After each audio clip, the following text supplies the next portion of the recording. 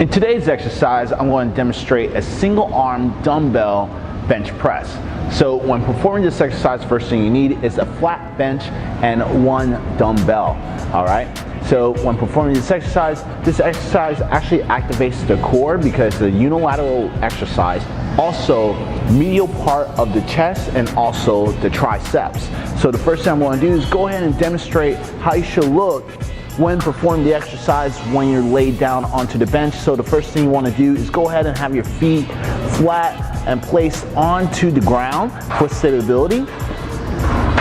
When you're laying down onto the bench, what you want to do is go ahead and have your chest all the way up, having a small little pocket between the lower part of the back and medial part of the back. So I should be able to take my hand and place it right through that, okay? So what I'm going to do is go ahead and perform the exercise. So I'm going to go ahead and lay back, and with my elbow, don't have it too far out. If it's too far out and then performing the exercise, you're going to put a lot of pressure on that anterior delt. So try to have the elbow more closed into the body, at least to 45 degree, okay? So what I'm going to do is with my free hand, I'm going to have it all the way out like this as a counterbalance with my thumbs all the way up, and then I'm going to push up just like this.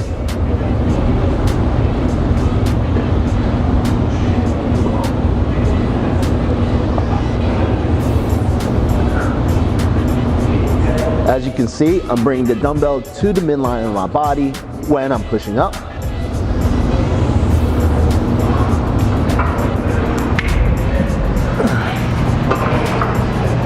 This is how you do a single arm dumbbell bench press.